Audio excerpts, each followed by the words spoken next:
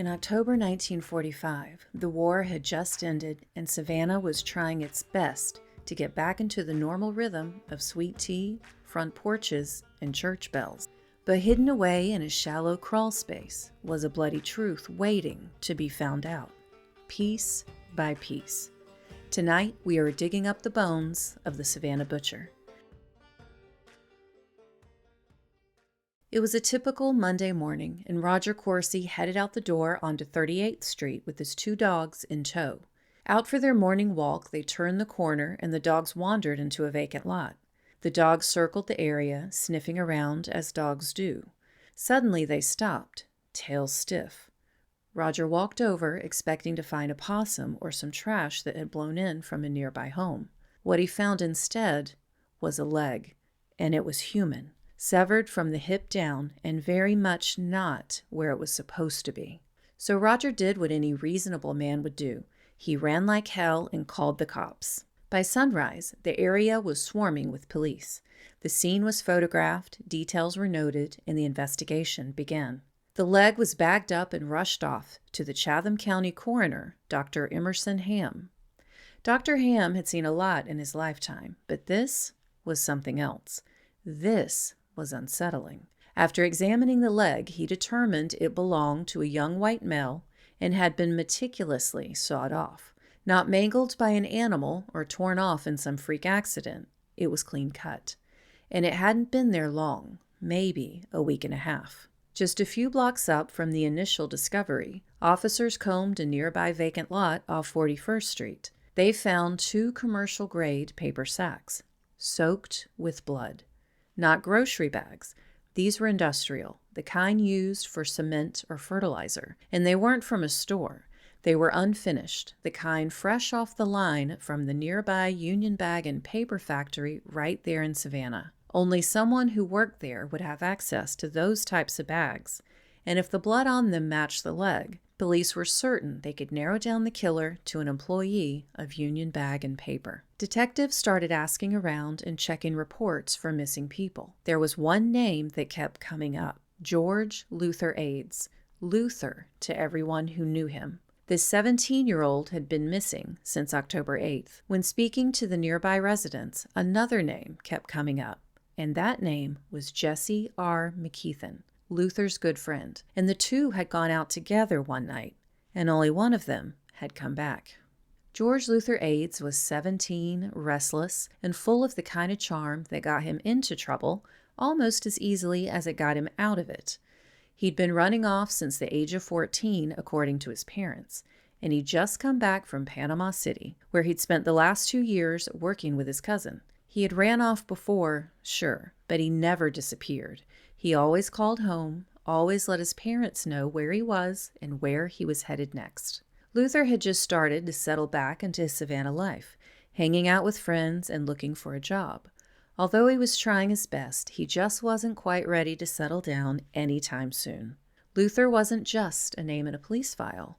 He had parents and a younger sister who loved him. He was just starting his life and trying to find his place in a world still reeling from war. He was a boy who didn't know that the person standing right next to him would be the reason he never did. Jesse R. McKeithen was 21 and already a familiar face in Savannah's quieter circles, not because of his charm, but because of his oddness. He was the kind of young man who mostly hung around boys younger than himself, apparently never quite fitting in with those his own age. His mother had died just a few months earlier, taken suddenly by cerebral brain hemorrhage. And before that, in 1943, Jesse's older brothers had all died, one by one, from congenital heart disease, which Jesse also had. Within just 2 short years, his immediate family had gone from a family of 6 down to just 2. He lived with his father in a house that had literally become haunted. His father, who once held the house together, now drank more than he spoke. Jesse drifted between jobs he couldn't keep, struggling to make anything stick. He'd been arrested once for writing bad checks, but mostly he flew under the radar. Just odd enough to notice, but not quite troubling enough to be concerned. But there was something off with Jesse. Parents in the neighborhood had recently complained to police that Jesse had tried to hypnotize their sons, And he did this by rubbing a nerve on the back of their necks and telling them to go to sleep. A strange story, yes, but not the kind police typically follow up on, although they did give Jesse a talking to, but only because his older brother had been a police officer. Jesse and Luther were good friends and had been for the longest time. Jesse later said, "Luther was my favorite boy." He continued to help Luther land jobs, even if he quit or got fired not long after. And eventually the two of them bought a car together. Jesse paid for it and Luther did the driving because Jesse didn't know how. Luther was grateful for Jesse's help and his friendship. The two were a close pair. Even Mrs. Aids, Luther's mother, had liked Jesse. She said he kept Luther out of trouble. But whatever bond they shared, it snapped the first week of October 1945 when George Luther Aids vanished, and Jesse's already odd behavior became even more strange. Luther's parents reported him missing on Tuesday, October 9th. His father had let him borrow the car that Sunday night before. By morning, Luther was still gone, but the car was there. It was found parked crooked in the middle of the street. Keys were missing, door was open, but there was no note, no Luther, and the silence was sharp. At first, they chalked it up to one of Luther's usual disappearing acts. He'd run off before, but something about this time felt different. They waited 2 days, then called over to the McKeithen house to ask Jesse if he'd seen their son. Jesse said no, calm and casual. He didn't know a thing. Still, the car sat like a question no one could answer. Later that afternoon, Jesse showed up at the Aids home uninvited. This time, he came with a story. He said Luther had run off to North Carolina with a French teacher he'd just met at the barbecue stand. Very romantic. It was bizarre, but Jesse said it like gospel, calm and confident, and Luther had vanished before, so they believed him, for a little while anyway. Later that night, Jesse came by again. He suggested that he and Mrs. Aids go for a ride and look for Luther. They drove to various places, including the Gold Star Ranch, the last place Luther had been seen. And over the next week, Jesse kept showing up like clockwork, knocking on the Aids' door each day with the same question. Any word from Luther? Concerned, polite. Almost too concerned and polite. One evening, he didn't come alone. He brought a friend with him, 16-year-old Carol Hendricks. Carol claimed that he'd been with Jesse and Luther the night Luther vanished.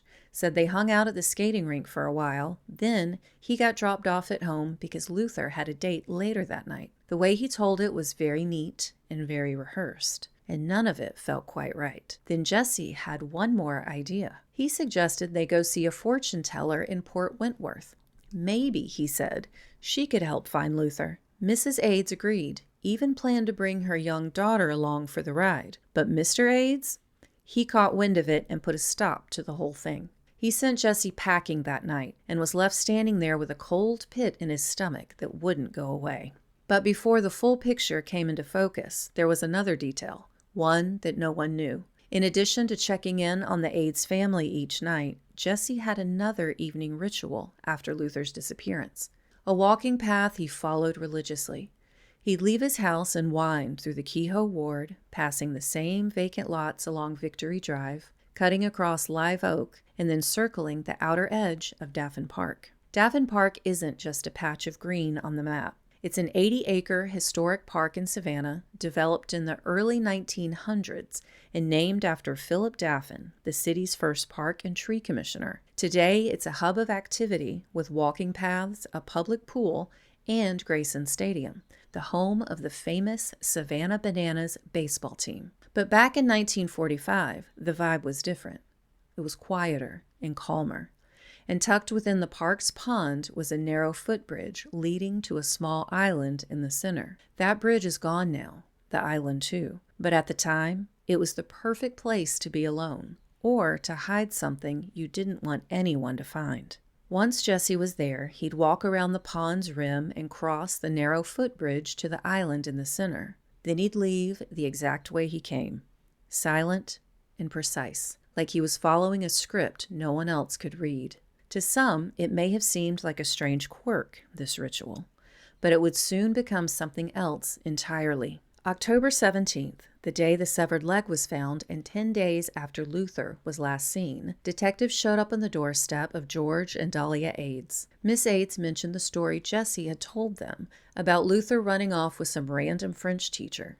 The detectives wanted to know more about Jessie. When they asked where he worked, she told them, Union Bag and Paper. After this unsettling visit with Luther's parents, detectives decided it was time to have a little chat with Jessie. Went to his house, picked him up, and brought him back down to the police station.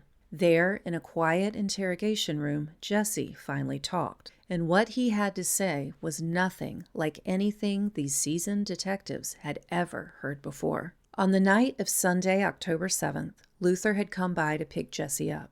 They brought Jessie's cousin along and drove out to Bonaventure Cemetery to visit Jessie's mother's grave. And afterward, they took the cousin home, then made a stop at Gold Star Ranch to grab some beer. Luther had left there for a bit to take a girl home, and when he returned, he and Jessie headed home. They arrived at Jessie's house, parked out front, and just sat in the car talking for a while. And that, Jessie said, is when things turned. Luther had pulled out his wallet, and Jessie saw a photo inside, one that Jessie claimed was actually his. He said he used to have that exact picture inside a wallet that recently got stolen. Then he accused Luther of stealing the wallet. Things turned tense. Then, according to Jessie, Luther reached out and touched the back of his neck. And something about that made Jessie snap. He jumped out of the car and yanked Luther out with him. They struggled. Jessie grabbed something from the car, he didn't know what, and hit Luther in the head hard. Luther fell. Luther came to, and when he did, Jessie jumped on him, straddled him right there in the street, and began choking him until he passed out, but this time he didn't regain consciousness. Then Jessie got up and ran. But at some point he stopped, turned around, and came back. Luther was lying there in the street, motionless. Jessie knelt down and listened for a heartbeat. Nothing. So he picked the body up, put it in the front seat of the car, and then drove around to the back side of the house where there's a gate. He removed the body from the car and then dragged it into his yard. He went inside, got a pillow, and when he came back out, he slid the pillow under Luther's head. He tried again to hear a heartbeat, said he even opened Luther's eyes and looked in. Still nothing. So he dragged the body to the side of the house and into the crawl space underneath.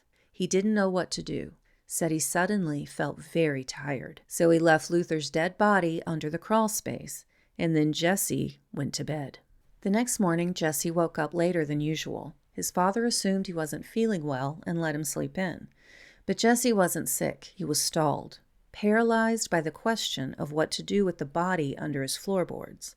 Instead of dealing with it, he went to the drugstore, not for supplies, but for ideas. He bought a stack of detective magazines, hoping one of them might be able to teach him how to dispose of a body. But nothing in the pages gave him what he needed. So he left the body under the house, and he left and went to work. He got back home that night around 8:30, and that's when he decided to move the body. He crawled back under the house and began dragging Luther's body out, but then something happened. He heard a sound, like a groan.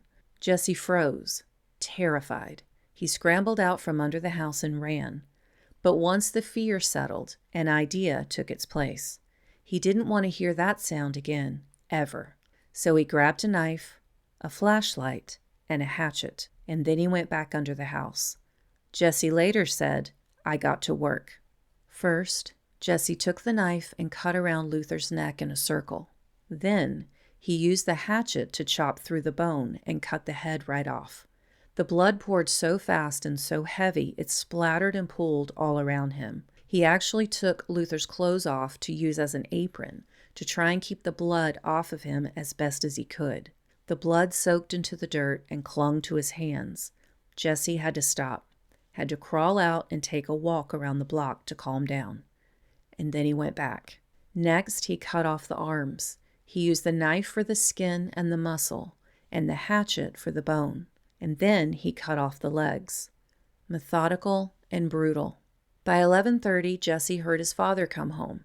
That meant time was up. He had to start getting rid of the pieces, and that's exactly what he did. He first got a pail of water and washed off each limb one by one. Then he washed off the knife and hatchet, washed his hands, and grabbed one of the industrial bags he'd brought home from work. He stuffed all the body parts inside. His plan was simple in the most horrific way. Carry the bag to Daffin Park and dump the contents into the pond. But the thing about murder, it has a way of straying from even the best laid plans. Just a few steps from his house, the torso slipped from the sack and landed hard on the sidewalk, leaving a thick red smear of blood behind. Jesse stopped, put the torso back in the bag, and kept walking. But somewhere along the way, maybe from exhaustion, he stopped. Apparently a body was much heavier to carry than he imagined it would be. He then threw the torso into a nearby ditch, and over the course of several trips, Jesse carried the remaining pieces, arms, legs, and finally the head, to different areas in the neighborhood. He threw the legs into vacant lots, which were disturbingly close to other people's homes. The 2 arms and the head got thrown, literally, onto the center island of the pond at Daffin Park. According to Jesse's signed confession, I went back for the legs and went down 38th Street and threw it in the middle of a vacant lot. I went back and went to the other leg, and I threw it in a lot on 36th Street. I went back and got the head and arms and started out for Daffin Park Lake, but when I got there, the lake was dry. I saw a police car coming and I thought they had seen me. So I grabbed the head by the hair and threw it onto the island in the lake. And then I threw the arms in after it. I was on my way back home for the last time when I dropped the bags in a lot on 41st and Live Oak. I was real tired. When all the pieces were gone, Jesse disposed of the blood-soaked bags in another empty lot. He returned home around 4:30 a.m. and crawled beneath the house once more, this time not for Luther, but for the evidence. He dug a 3-foot hole under the same spot where he dismembered the body and buried the blood-stained clothes, all except the shoes. Those he tucked away in the doghouse in his backyard. And then he went to bed. Again. Later that Tuesday afternoon, Jesse clocked back into work like nothing had happened. That night after his shift ended around 11 p.m., he stopped by the drugstore again. But this time, he picked up a bottle of Creolin, a pungent disinfectant. He went to the ditch where he dumped the torso and poured part of the bottle over it. Then he returned home and poured the rest into the soil where the clothes were buried. But he wasn't finished. For the next week, Jesse returned night after night to each dump site, methodically pouring disinfectant over every scattered part of the boy he once called his favorite. After his chilling confession, detectives noted he told the story very matter-of-factly and without showing any emotion or remorse. They asked Jesse if he would take them to each location where he had discarded Luther's remains, and without hesitation, Jesse agreed. But the first stop was back to the crawl space under Jesse's house. He got down on his knees, dug into the dirt, and pulled out a bundle of clothes. Shirt, pants, undershirt, and underwear, all soaked in dried blood. When asked about the socks and shoes, Jesse shrugged. He couldn't remember where he put them. They also recovered a blood-soaked pillow from a washtub in the backyard, the knife, the hatchet, and the flashlight from the back porch. Jesse even handed over the stack of detective magazines he'd bought, the ones he thought might teach him how to get away with murder. From there, the group drove across Savannah in silence, collecting the scattered remains of George Luther Aids from overgrown, vacant lots. The journey ended at Daffin Park. Under the hazy morning light, standing among detectives and police officers, were George and Dahlia Aids. Jesse stepped out of the police car looking calm, even casual.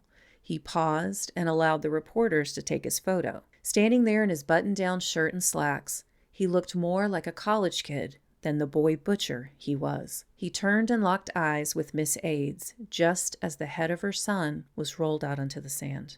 By the time all the pieces were recovered, there was no mystery left, only the horror. Jesse had directed police like he was giving a guided tour of his personal nightmare, and never once looked shaken.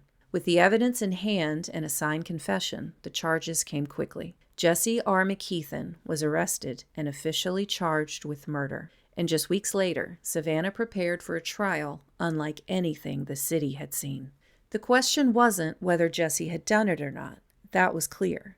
What loomed over the courtroom now was a more unsettling dilemma. Was Jesse McKeithen a cold-blooded killer, or just a boy with a broken mind who didn't know what he was doing? This one factor to decide if Jesse was insane or not would determine if he was sentenced to prison, a psychiatric hospital, or given the death penalty. To help determine Jesse's state of mind, they brought in Dr. Edward J. Whelan, a member of the Lunacy Commission of Chatham County, and also the McKeithen family doctor who had treated Jesse for about 7 years. Dr. Whelan examined Jesse in the days following his arrest, and what he found wasn't comforting. Jesse didn't cry, plead, or show much of any emotion about what he'd done. He told the story of Luther's death like someone describing a menu at the local diner. There was a vacancy in him, a flatness, that the doctor described as abnormal.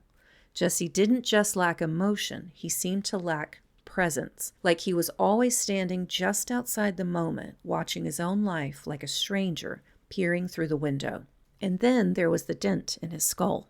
The doctor revealed something striking on Jesse's x-rays, an old cranial injury, a sunken impression in the skull that had come from a bad fall. Jesse's father explained, when he was just 4 years old, he had fallen from the 3rd floor of their house, straight onto the ground below, hitting his head on the curb. They weren't even sure if he would survive it.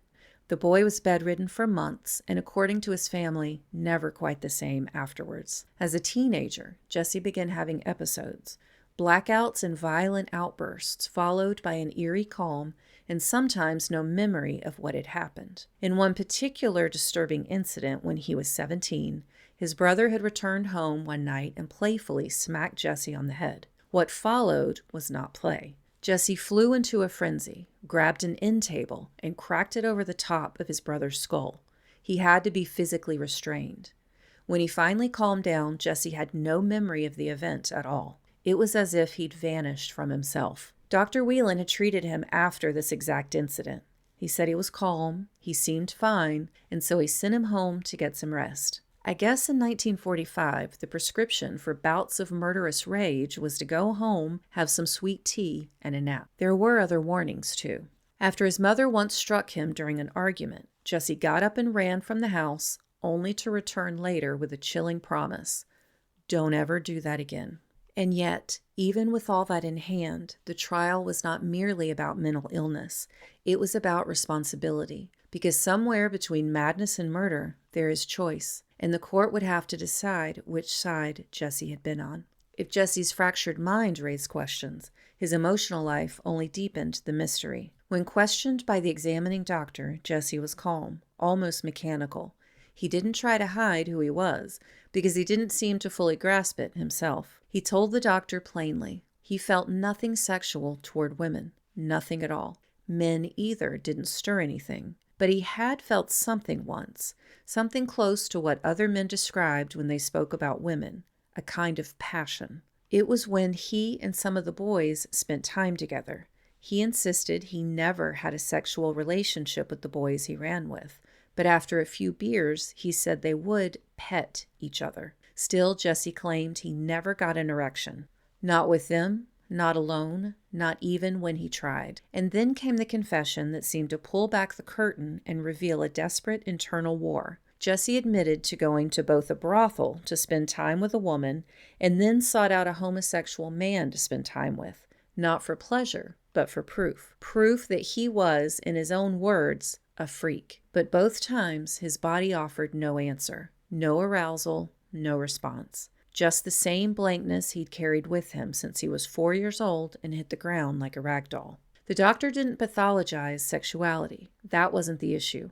What troubled him was Jesse's absence of reaction. The total lack of feeling, physical or emotional, and the clinical bloodless way he recounted those experiences. It was as if Jesse's entire inner world had been numbed, like somebody watching their own life on mute. And yet, the prosecution wasn't moved by pathology. They argued that Jesse did know right from wrong, and pointed to the great lengths he went to after the murder, hiding the body, scattering the parts, and handing over the murder weapons only after the police showed up at his door.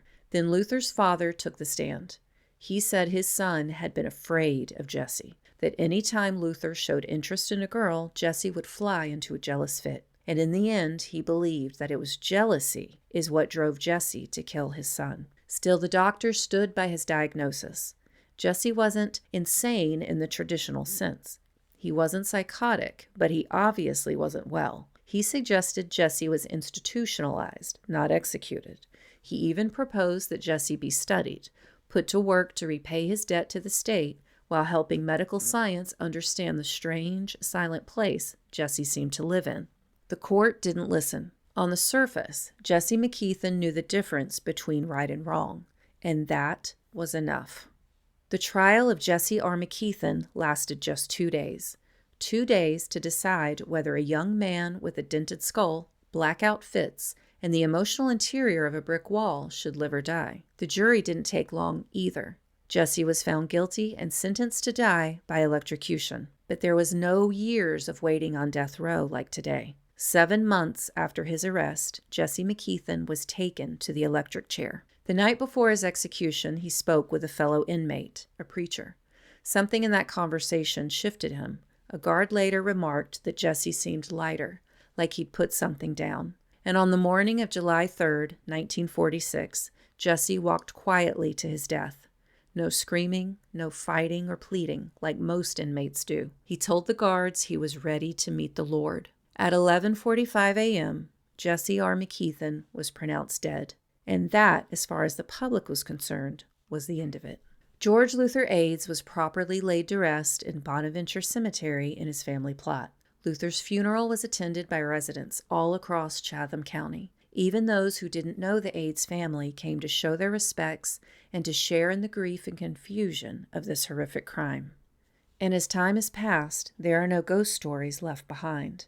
No whispered legends passed down through Savannah's porches. The case barely skimmed the surface of the local paper before vanishing. Jesse's home was eventually demolished. No plaque, no marker, no gory tours. It's as if Savannah collectively decided this tale was better left buried, because the story of the butcher doesn't fit neatly into the usual cast of ghosts. There was no great romance, no poetry, just a slow, inevitable march toward something dark. Now it's mostly forgotten. They are mostly forgotten, but not tonight. Thanks for listening to Moss and Murder. If this episode unsettled you, good. That's history doing its job. If you like the story, leave a review, share it with someone who loves the dark corners of the South, and follow us for more secrets from Savannah's shadowed streets. And if you ever find yourself at a Savannah Bananas game watching the home plate umpire twerk, just remember, there might be a pair of eyes across the pond watching you.